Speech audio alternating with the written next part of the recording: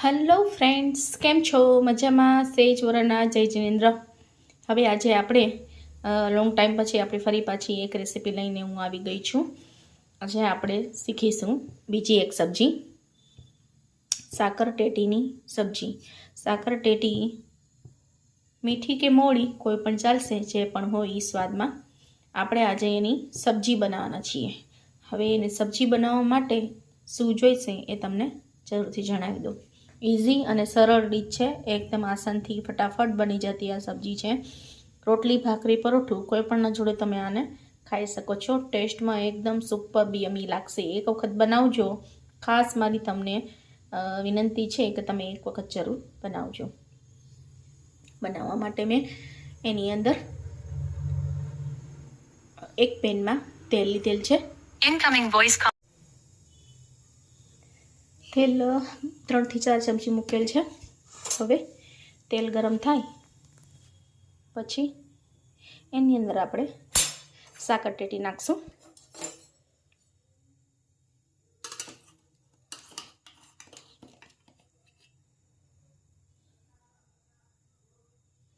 તેલ આવી ગયું છે બરાબર રીતે. આ રીતે સાકરટેટીને તડકા 5 થી 10 મિનિટ લાગે છે.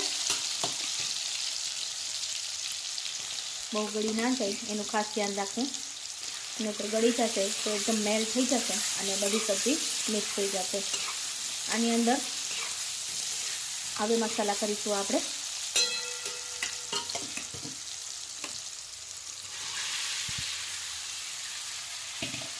આ રીતે બધી જ સ્ટેપી નાખ્યા પછી મસાલામાં રૂટીનના મસાલા છે. હળદર, ચપટી, સ્વાદ પ્રમાણે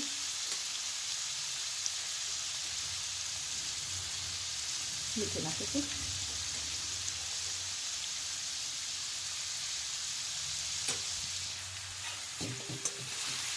પછી રીતે બરાબર વ્યવસ્થિત હલાવી દઈએ.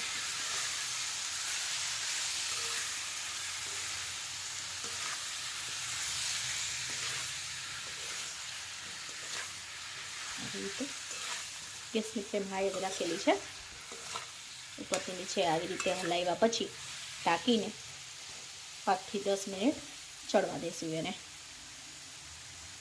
આને એક થાળી કે ડીશ વડે ઢાંકી દેવાનું છે.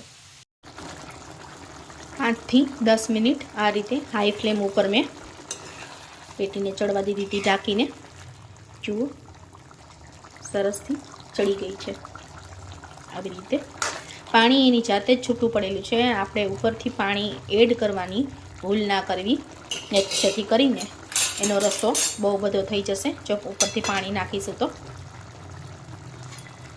હળદર ને મીઠું ઓલરેડી ઉપરથી નાખેલા હતા. હવે એની અંદર આપણે લાલ મરચું નાખીશું સ્વાદ પ્રમાણે.